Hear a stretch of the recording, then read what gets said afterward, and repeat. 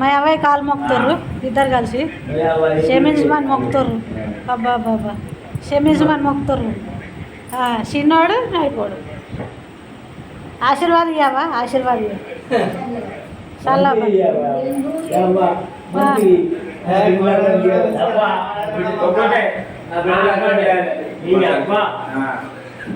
మేము పిల్లలు నువ్వు ఆశీర్వాదం ఇచ్చి నీ కాలు మొక్కిన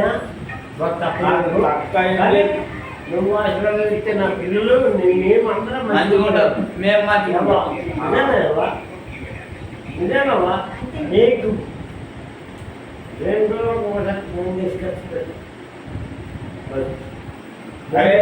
నేను లేకపోతే నువ్వు లేకపోతే కళ్ళు బంద్ చేసేది కళ్ళు అవసరం లేదు